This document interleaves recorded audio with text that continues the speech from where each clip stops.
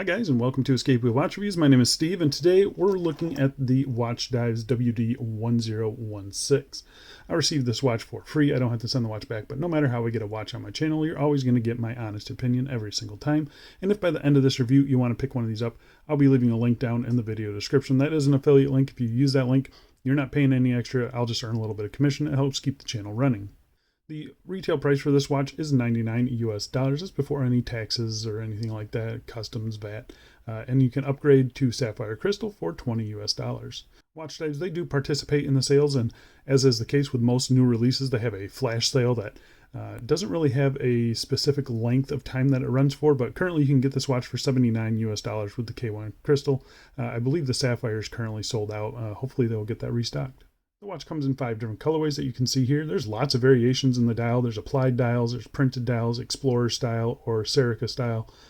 So yeah, I think the one we have here, this is a Smith's PR25 homage, I believe it was. It's kind of got this creamy color with the green lume. It's an interesting color. Definitely, I think the least appealing of the bunch. So yeah, just take that for granted. The other ones are going to look a little bit better than this one if you don't like this style. So the watch case is made of 316L stainless steel. It has a sapphire or K1 mineral crystal, depending on which variation you choose. Screw down crown, screw down case back, 100 meters of claimed water resistance. Swiss Superluminova on the dial, no matter any of the colors you choose. Swiss Superluminova on the dial and the hands. And then the watch is powered by the Seiko VH31 sweeping quartz movement. So this is another great offering from Watchdives. Plenty of dial options to choose from and a new logo to boot. So I say we get in and see if this watch is any good. But before we do, doing a quick wrist check for the day. Wearing my new Erebus Ascent. We'll be reviewing this one pretty soon. This one just arrived yesterday. All right, so let's get into dimensions. A case diameter of 36.9 millimeters. Case thickness of 11.1 millimeters. We've got 20 millimeter lug width. And link to end link of 45.9 millimeters. And sized up for my 7.5 inch wrist with 2 links removed. Weighs 110 grams. So the case size on this thing is great. You know, I have the Addiesdive, which I thought was the exact same case as this, which is not a bad thing. But this one actually has 20 millimeter lug width. That one has 19 millimeters, so I'm a huge fan that they bumped this up to 20 millimeters. Really happy with that. It is a pretty flat case, as is the case with this style of watch. But it's short enough. It wears absolutely fine. I've got no issues with it. The thickness is in check. Just over 11 millimeters, and that does include that box crystal. So yeah, pretty happy overall with the size on this thing, and the way that it wears is very comfortable, very lightweight. So I'm going to go outside right now and throw it on my wrist for you. And here we are on my 7.5 inch wrist. As you can see, it wears pretty good. The 20 millimeter lugs does beef it up a little bit more as opposed to the Addiesdive case. But yeah, I mean, it wears really good. It's a little bit of a flat case, but it's short enough that it doesn't make much of a difference. It's just super comfortable, super lightweight, and I think it looks really good. And here we are in some direct sunlight. You can see there. Really not bad at all. Pretty legible. The crystal is great. I love all the polishing on the case. It's just a very classic looking case and very nicely done. And because it is 20 millimeter lug width, I say we go throw it on some straps. I got plenty of them.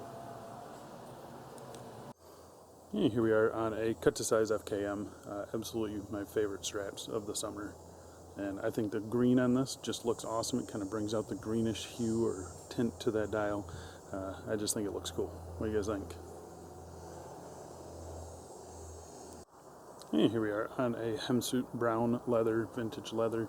Very thin strap, but yeah, I think it does look pretty good on that. What do you guys think? Here we are on a kind of a petrol blue color. Really nice single pass, as you can see there. So one layer underneath the watch, and it still sits very nice, very comfortable, super lightweight. Yeah, it's a nice combo, nice setup. And lastly, here we are on a nylon strap, 2 layers underneath. Sorry about the noise there. Hopefully you guys can't hear that, but I think that does look pretty good. What do you guys think? Still not my favorite. I like the green one the best, or the bracelet. All right, let's go back inside. Let's get back to this review. All right, so let's talk about the case finishing. Case finishing is a mixture of brushed and polished surfaces. Really nicely done, though. So you have a fully polished bezel here, as you can see. The polishing looks to be done very nicely. It's excellent. I see no streaking or anything like that, so really happy with the polishing. You have a angular brushing on the tops of the lugs here. Pretty fine for this style of watch. I know some people would prefer the vertical brushing, me included, but that's just kind of the style of this vintage case.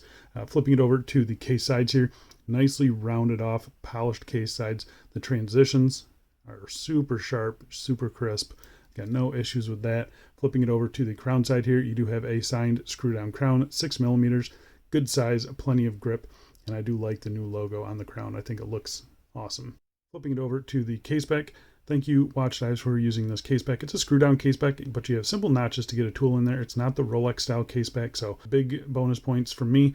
Circular brushing, there's no signage or anything like that. Sterile case back, no big deal, but it is flatter than the old Rolex style case back, and it just feels nice, really nice and smooth. I've got no issues with that at all.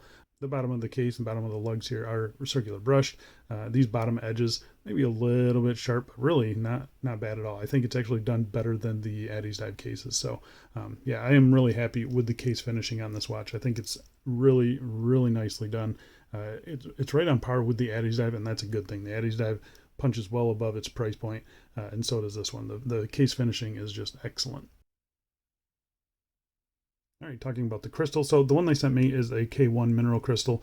Like I said, though, you can upgrade to a sapphire crystal. It's going to be the same shape, and it's going to have the same air coating. So it should be a really nice crystal. This one is excellent. I've got no complaints with it at all. It's clear and a reflective coating. Mineral crystal is less reflective than sapphire. So the sapphire might have a little bit more reflections, but in my experience with Watchdives, they do a really nice job with their crystals. So I don't think you're going to be complaining too much about it. So the crystal itself, as you can see here, box dome style, really nice, plenty of distortion on the edges there.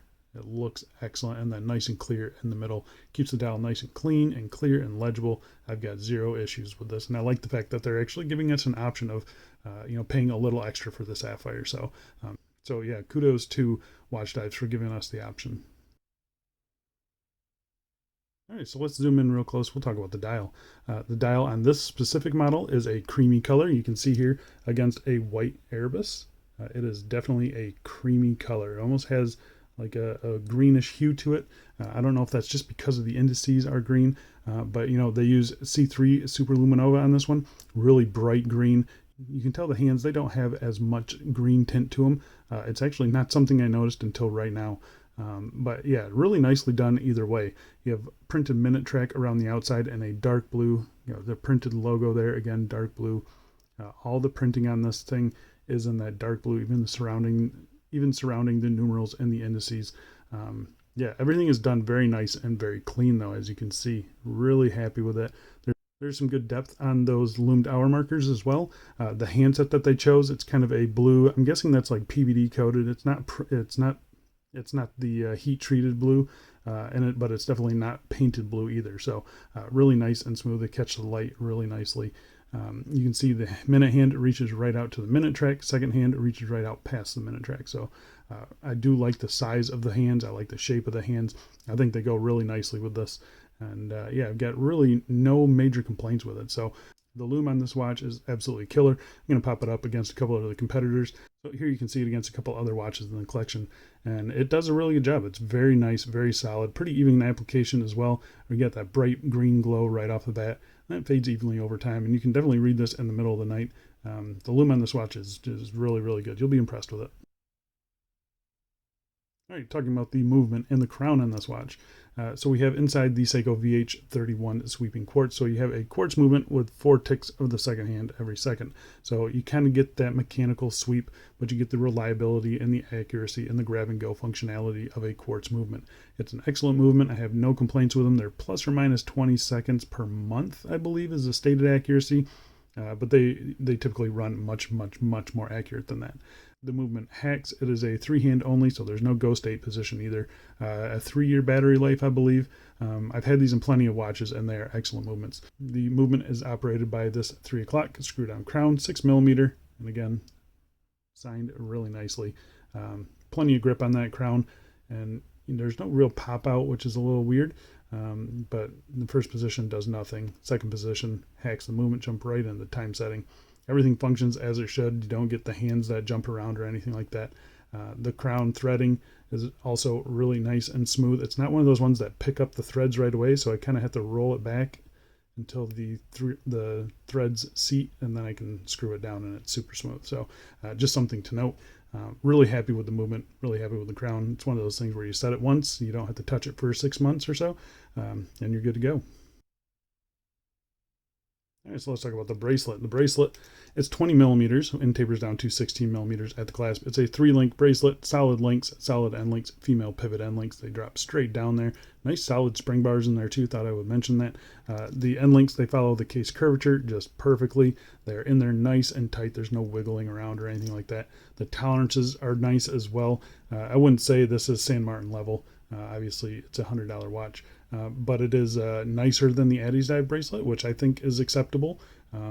So yeah, pretty happy with it. The case or the bracelet finishing is done very nice. You have a vertical brushing on the tops of the lugs. It's nice and consistent and satinized, and then it's polished on the sides here. You do have push pins for sizing. Yep, push pins for sizing. I removed 2 for my 7.5-inch wrist. Working our way to the new Watchdives clasp. Same old Watchdives clasp, just a new logo. I think the logo looks really good on there. It's brushed on the top, brushed on the sides with a nice polished chamfer. So it does flow nicely with the case design. It's a good size as well. It doesn't feel top heavy or bottom heavy or anything like that. 2 button pushers here. They function just as you would expect. They release every time. There's no hiccups in that mechanism at all. It's really nice and solid. Fully milled on the insides as well with nice tight tolerances. So yeah, I can't say too much about the clasp that it hasn't already been said. It's a decent clasp. It's nothing fancy, but it's functional and it looks good. You got plenty of micro adjust too. There's no sharp edges on it or anything like that. So you're going to get a good fitment on this watch. And the bracelet itself is actually pretty good. Yeah, I mean, it's good. The fluidity of the bracelet has not been an issue. It doesn't pull hairs or anything like that. So yeah, there's not a whole lot to say about it. It's a $100 watch with a very nice bracelet for the price. So yeah, a little bit jangly, but to be expected at this price point. I think you're going to be happy with the bracelet though. So there you go, guys. That is the Watchdives WD1016. I think it's another hit from Watchdives. $79 US currently. They will go on sale as well. But yeah, you're getting a really nice case. It's 20 millimeter lugs, which is a big bonus to me. Really nice dial options, really interesting dial options as well. Good lume, nice crystal, decent bracelet, nice clasp. Yeah, there's not a whole lot to complain about, and the movement inside is just excellent. So yeah, again, there's just not much to complain about with this style of watch. And I said the same thing about the Addiesdive. That Addiesdive, the wave dial one that I just reviewed, it is excellent value. This is no different. You're getting a lot of watch for your money. So yeah, I think if you are on the fence about this one, hopefully this one swayed you one way or another. I think that's it for me. Thanks a lot for watching, guys, and I'll see you in the next one.